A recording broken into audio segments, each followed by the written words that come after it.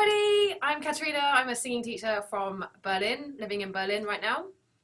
Hi, I'm Alexandra. I'm a singing teacher from Hamburg, and we are going to show you some really cool stuff today about SOVT, also called semi-occluded semi-occluded vocal vocal tract. tract. And we're recording, I'm in Berlin, Alex is in Hamburg. And the way that this video is going to go is we're going to go through some exercises, and one of us is going to demonstrate, and then the other is going to then sing along. So if you're watching this video and you want to sing along, feel free. So semi-occluded vocal tract, that is actually just a posh way of saying a narrowed exit where the air is coming out. So favourably blocked. So it means that when you're singing, when the air is coming up through your lungs, if you block off this area, there's going to be some resistance, and the resistance within your vocal tract will help balance out the approximation of your vocal folds which sit inside your larynx. But we have some handy tools that help with that, so it's not just about closing your mouth like this. There's other things as well, aren't there, Alex? What do you have up your sleeve? I have some really cool stuff. So I'm using one with a pretty small diameter from the Voice Straw. Mindy Pack created these. They're really, really great. If you compare them with the size, you could actually go to the supermarket and get a Capri Sun, because they're basically the same diameter. And the opening face of the vocal folds is just showing the size of the vocal straw. So it's very, very thin. And if you need a little bit of a bigger diameter, you just place two of them next to each other. And then you have a bit of a bigger opening face of the vocal folds. It also depends on if you're more of a squeezer or if you're more on the lighter side of your chest voice. And it depends on how much resistance you need and how much back pressure you need. So if you need more back pressure, you can also place the longer straw in the water and then just do some slides. Would you like to try it? Yeah, let's do it. Yes. So, do you want me to play for you? yes, that would be great. All right, so we'll start on A, and we'll do a 5-note major scale.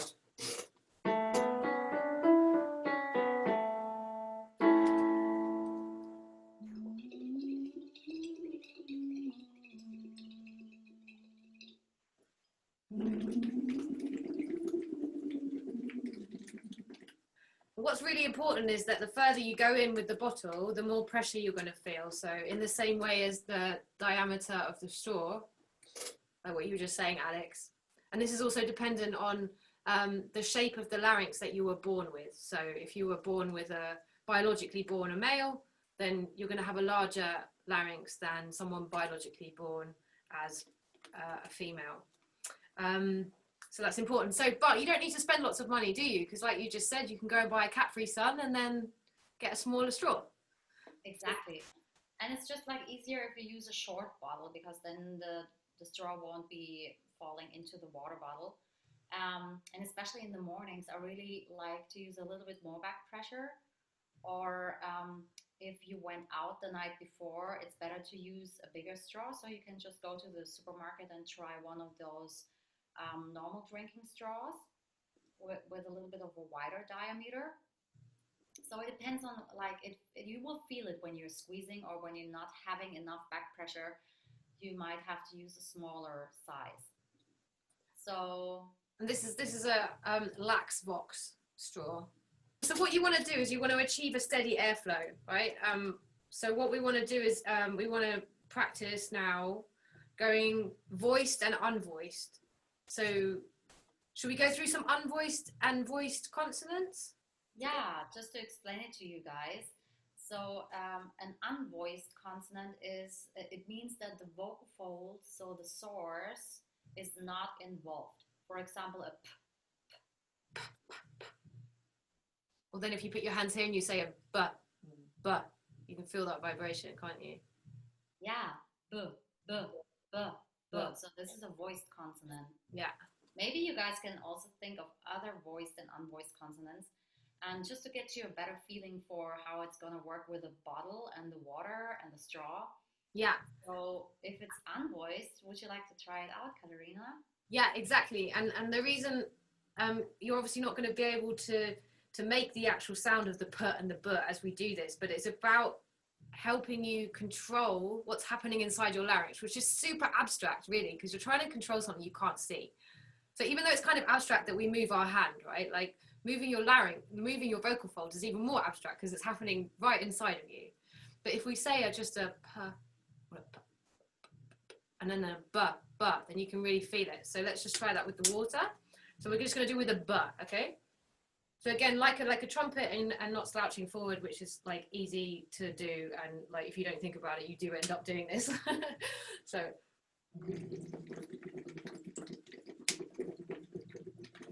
And then I'm going to go unvoiced. So b and then to p.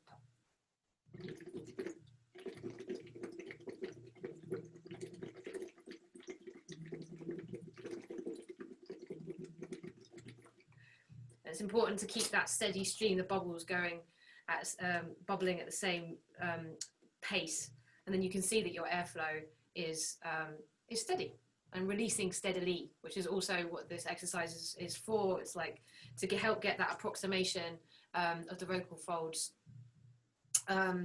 into the right phonatory pattern, so that you can vibratory pattern, so that you can phonate to your most excellent capabilities. Should we go through some non-straw exercises? Yeah, yeah. So obviously this is great for using if you're singing in a group in a room during Corona, because then you can sit and, you know, most of the aerosols are going to go into the water. So that's great. But other SOVT exercises, what's one of your favorite ones to do? My favorite one actually is the V as in victory, because it's especially good in the lower part of your voice to stabilize your chest voice. So you can try it out. If you want, we can go into a 5-tone scale, and we start on the starting pitch A. So we go.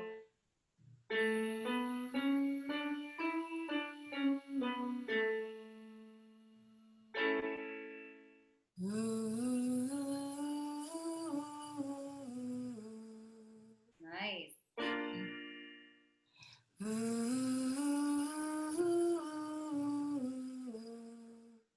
Good.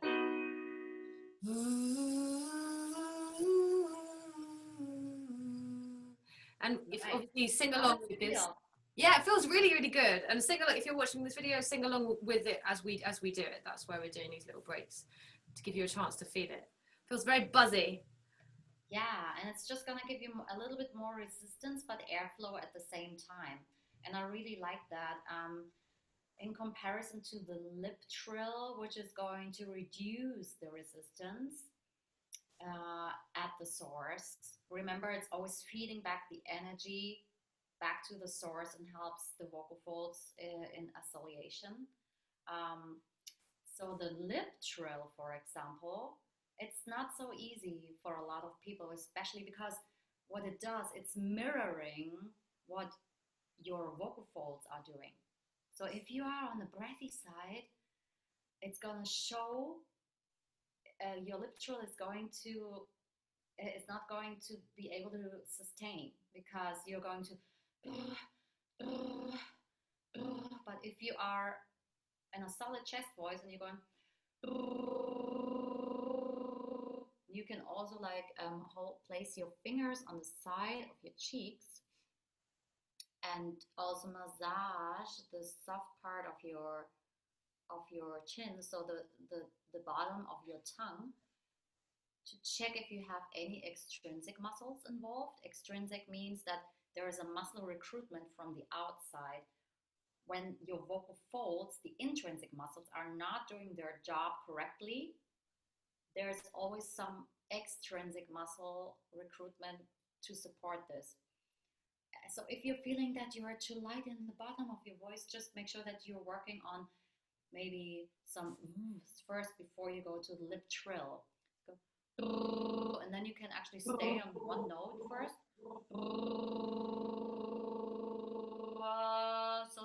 behind. This is a. Would you like to try some slides? Yeah, definitely. One other thing to think about with this one is when you put your hands either side of your cheek, is you want to take the weight off of your lips, but you don't want to push your lips forward too much. You don't want to cause like anything that feels unnatural or any tension. And you just like awesome idea to massage the bottom of the tongue root, but it's cool as well to like put your finger here and see if your tongue root is pushing down on your finger as you go up the scale. And as you were saying, Alex, like it can be that then this isn't the right SOVT exercise. If you feel your tongue root turn on as you're going up, then try something a little bit gentler. Yeah, so you can just keep your finger in here while you go through the exercise. All right, cool. So 5-note major scale again. You want to go for it, Alex? Okay. Cool.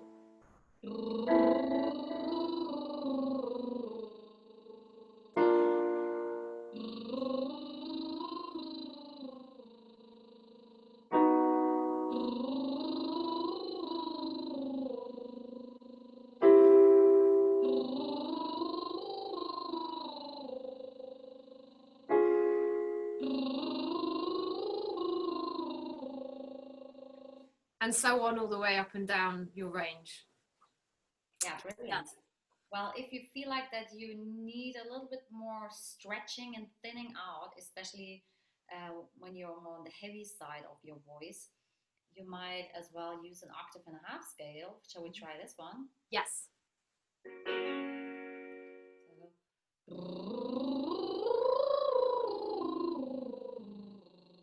Would you like to try, Katarina? Yeah.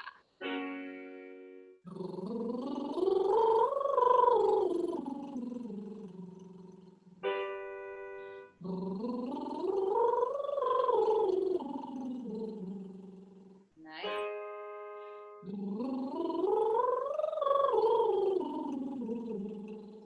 Good. That's beautiful. So And you the other, can try this out too. yeah. And if you actually are from the south of Germany or you are able, like Katarina, I'm very impressed that you are able to say the rrr, but you are from Sweden, so. I'm half Finnish, Swedish Finnish, yes.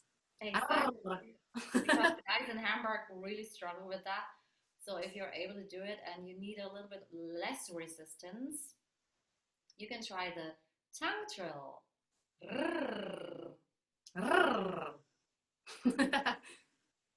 Yes. Do you want to demonstrate it? Say that again. Sorry, I didn't hear you. Would you like to demonstrate it? Sure. Let's do sliding fists.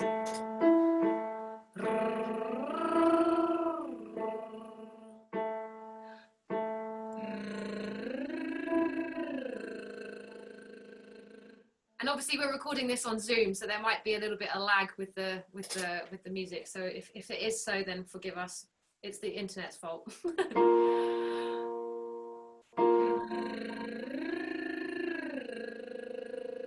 Beautiful.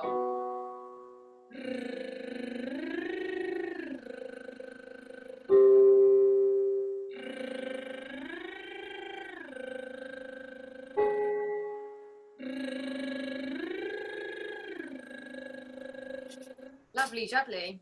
And if you've got a lot of tension in your voice, then a really great exercise to do before a gig, before a recording session, sitting on the bus, walking to the supermarket, whatever, is the blowfish, puffy cheeks. Boom, boom. So you just do a boom, boom, boom. And again, it's the same thing. It's just like, it's semi-occluded, so semi-narrowed. It's a favorable obstruction. So your lips are becoming a favorable obstruction and you're regulating the airflow within your larynx, and so your vocal folds can approximate to their best ability and come together so that you can produce a beautiful, nice, clear tone. So yeah, puffy cheeks. Great if you don't have a straw by hand. You just use this tool because it's a tool with a lot of release.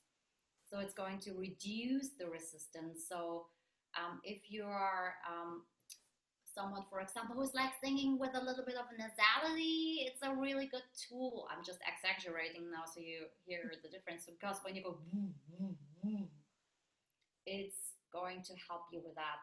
So puffy fish, we're going to do some, should we do some backward fifths, all right? So.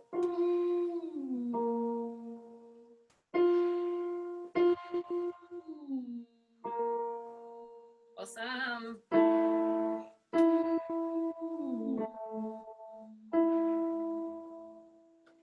I love that. It's so relaxing. And then you can do that on anything, and you can also just sing a whole song like that. You know, like if you're learning a song, you can do that. And then, do you want to finish off with those staccato exercises we were chatting about before we started recording?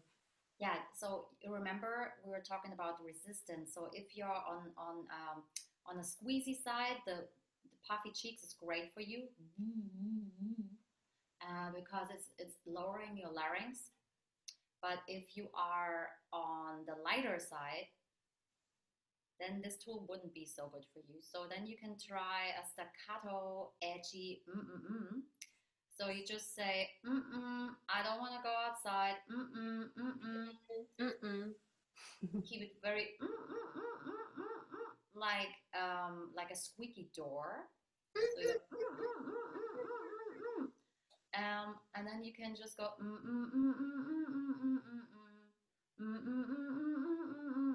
make sure there's no air escaping through your nose. So you go, because then if you go your vocal cords will open. And you can also go, if you want to go into your passage, you can try. So those are really, really, really useful tools. Yeah. And we're going to work a lot with them. Yeah, awesome. If you have got a slight sore throat, stay away from the staccato exercise maybe, because it's a little bit more work for the vocal fold. So just do that on a really healthy vocal day. But yeah, I mean, some really, really, really cool exercises, and it's so nice to collaborate and chat with you, Alex. Thank you for your time. Thank you so much. And I'm looking forward to doing more stuff with you. Yeah, me too. So that's all for now. And yeah, if anyone has any questions, then feel free to send us a message. Have fun practicing. Yeah. SOVT. SOVT.